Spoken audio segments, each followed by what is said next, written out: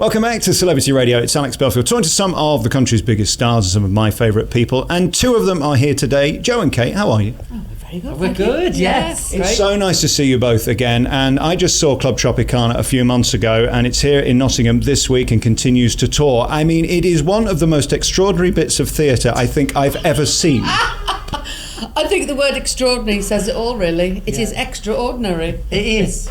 Do you know what? It is one of the most, I don't know about you, but we've had so much fun doing it. It does what it says on the tin. It doesn't pretend to be anything that it's not.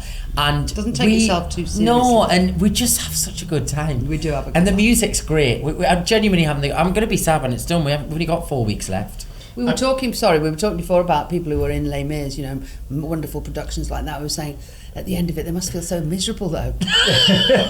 Well, I always say about Les Mis, at the end of the show, the entire cast are dead and they're the lucky ones. I mean, it's one of those where you go, my God, imagine being in it. What a thrill. But at the same time, you've got to die 8 times a week. Exactly. This is the opposite. It's just uplifting camp-hole nonsense where you just get to be joyous. And separately, in two very different ways, you both win the show. That's the thing about my review. Yeah. This show isn't an award-winning show, but your performances within it is, and it's beautiful. Let's start with you. I mean, your voice. We last spoke in this dressing room for Joseph, and you always knock it out the park. And they're so bright to cast you because you deliver and you turn up 8 times a week and give it, and that's so important. I mean, but that shouldn't be a surprise. I mean, it does become a bit of a surprise in this industry. It's our jobs at the end of the day, and like anybody, you have to go to work. But your voice is very robust. But for me, what's been lovely is it's kind of a little sidestep from singing, just for a little bit, in the sense of that I've never done comedy before, and when they offered us that was the turning point where I was like, I really want to test to see if I can actually do this. And it's been great to work alongside Kate. Well, I thought, Joe McElderry, a great singer, but can he do comedy? And his comedy timing is great. So I was very happy. I am very happy. And you really get to steal this show with the big laughs because your heart is enormous and your character's even bigger, and then you get to stick your stuff in for absolutely no reason whatsoever and just kill the audience. Well, I suddenly started doing impressions because she has to make the place look busy, so she has to be other people. So Consuela the cleaner, this is the plot I'm telling you now in case you don't know it, has to become busy around the hotel. So I become Shelley Bassey, or I become Cilla Black, or Jim Bowen, or anybody else in it? Dolly Parton. Dolly Parton, yeah. Margaret Thatcher. All 80s impressions, yeah. Oh, and Adam Ant. You do Adam Ant. Toya Wilcox, yeah. But, it's just, it's an excuse to just do some impressions, really. But all in the guise of this mad Spanish cleaner. So it is a bit odd.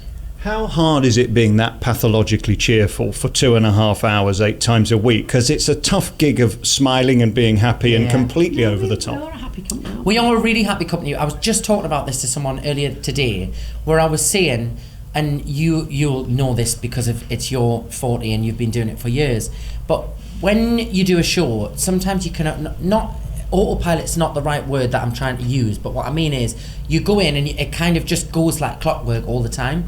With comedy, it's the first time I've experienced where no show is the same.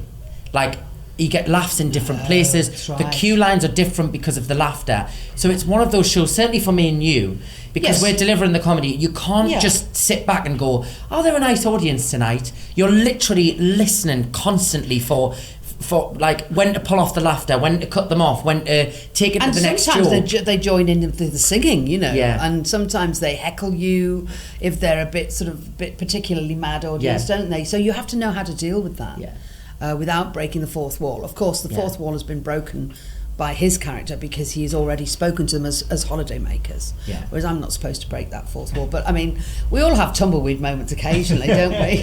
And that's the thing, it's a double-edged sword in the sense of that gets you through the show because the audiences are so wild and wonderful, but at the same time you're listening all the time, so it's one of those shows that keeps you on your toes. Like, it's really, the pace of it is so fast. The musicians are fantastic. We've got a great band, live band on stage, and the dancers, the ensemble are just amazing, aren't they?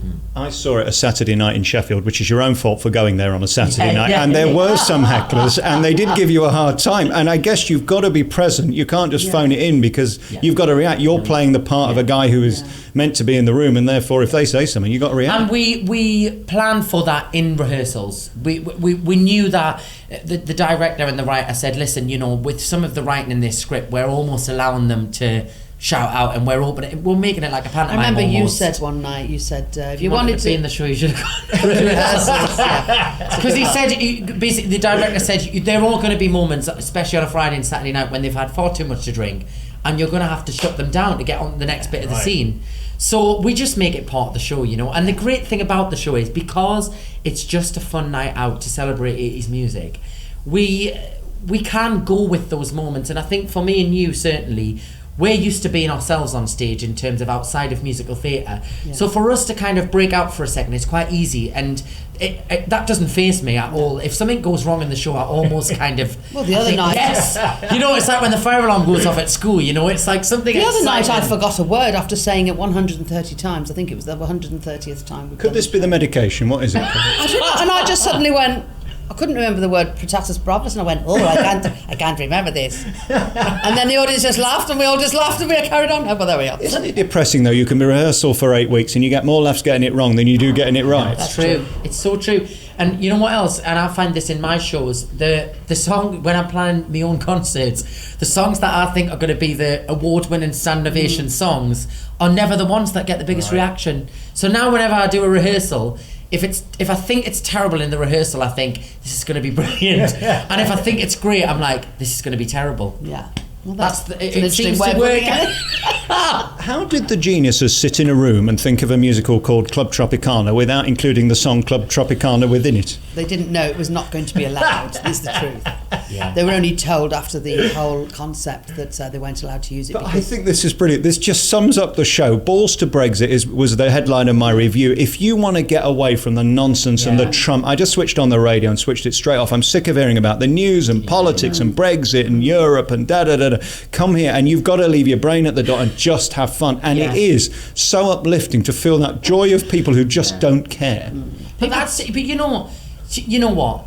I think theatre and performances and everything has so many different avenues. And for me personally, I love, you know, your award-winning Les Mis, you know, Miss Saigon, those like thought-provoking shows where you have to sit and watch intricately what's going on and really follow the storyline and the plot. But then I do it as a job. So for me, this show is like, if I was an audience member, this would be my perfect show, because you can just sit, you can have a few drinks, you get entertained, you don't have to think too much. We have people who've been back 15 times. Right. I mean, people just get addicted to it. And it's just a good laugh, it's a good sing-song, and it's very colourful, and we have the best choreographer in the world, Nick Winston, who choreographed it all and directed it with Sam Holmes. And it's just it's a joy. And I say, if there's not a flying witch or a giraffe, I'm not coming anyway. You know, life's too short to be depressed in a theatre. We could get Consuela to fly and sing Defying Gravity, couldn't we? I'd pay to see that. What's your life like now? I'll ask you first, Kate, because, I mean, here you are as relevant today as you were 20, 30 years ago, back on Gogglebox, which we love, and you're killing it on that programme because, of course, the authenticity is what's going to make you work or not work. If you start faking it, we're going to smell a rat. I mean, this is a great time for you. Yes, and with Gogglebox, it's the most lovely way to spend my Sundays is with my daughter watching television. What a nice job that is, you know. It's lovely, and we have such a laugh on it. And yeah, I mean, I do love reality programs like that. I'm a Love Island watcher, and I love doing my little bits of daft telly. But doing live theatre is totally different, and I've made such good friends with all this lot. They're all my kids' age, you know. I'm the old one, but it's great. I mean, and when we look back at your career, there's no one you haven't worked with. I mean, and from music to comedy to theatre to acting, you've done it all. What an amazing career in life it's been, and you're still at it. Oh, sorry, love. I didn't read I missed a paragraph off Wikipedia. I worked with James Franco in Flyboys. Yeah, before he was absolutely massive. You didn't know that, did you? I didn't know that. Yeah, I played a madam in a brothel. Yeah. And I spoke French. There you go. She's bragging again. I've worked with Sue Pollard in Panto. I don't know what she's going... And again, I mean, we look at your rise to fame, and you've never stopped working since. And I do think it's your ethic. So many people just phone it in these days and sort of do it, don't do it. You always give 100% and give more than that. Yeah, well, to be honest with you, there's no like amazing secret about it. I just genuinely enjoy what I do, and I think if you enjoy that and it doesn't feel like work, yes, you get a little bit tired, and you know, you have your days where you're like, oh God, I could just sleep for 24 hours. But I genuinely enjoy what I do. So for me, to be on the road and tour and go out and sell out audiences, and it genuinely is what I wanted to do when I was a kid. So I just have a good time, and if you get to work with it, we're so lucky on this show. You know, I've worked with lots of amazing casts, but there's something about, and it sounds very cliche to say, you know, family, isn't it? It's like a big family. It is. There's been absolutely no fallouts. Touch wood, we've still got fallouts left. But it's just, there's just such a wonderful vibe, and I think it's something to do with the show. I think it filters backstage because yes, it does. Because the storyline is just a constant party. Yes. It kind of filters into the dressing rooms and out into the, you know, when we're out on nights out and stuff. Hard to be in a bad mood when you get that kind of reception, isn't it, on stage, and that party atmosphere is always there. And if there was any angst between anybody, I think we'd sit on stage and the whole thing would fall apart, because it's just a feel-good show that you can't really fake it, can you? Yeah, no, you can't.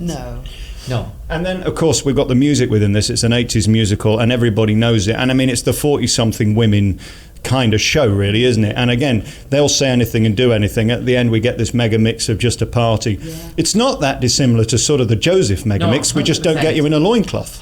Thank God for that. I did that for 2 years. You in your underpants. Yeah, you do get us in your speedos. So when they said they were doing the mega mix, I did think perfect, because I knew the kind of audience that were going to come and see this would live for a nice sing along at the end. Most musicals have a mega mix? Well, not really. No. Joseph does. Some of them do like a little kind of Rock of Ages. What's that? Rock of Ages do a little. Well, they do Don't Stop Believing at the end. Yeah. But we kind of cover all of the main songs in the show, which is great, and you get to do your Jane Fonda moment, don't you? No, Olivia Newton-John. Yeah, that great trio, Olivia Newton-John. And I think the only reason you get away with your part is because under that cleaner's costume is, well, a very sexy actress, and we're all falling in love with you. I mean, I don't want to sound creepy at this point, Joe, but you do know that, don't you? A certain man of a certain age is finding you delicious. Certainly not dressed up as Consuelo. I mean, honestly, when I turn up for the first day, you know, in any theatre, and I do just look like the person, you know, cleaning the rooms, people just ignore me. I remember in rehearsals, you were like, the costume, they look terrible. I was going, I can't wear these.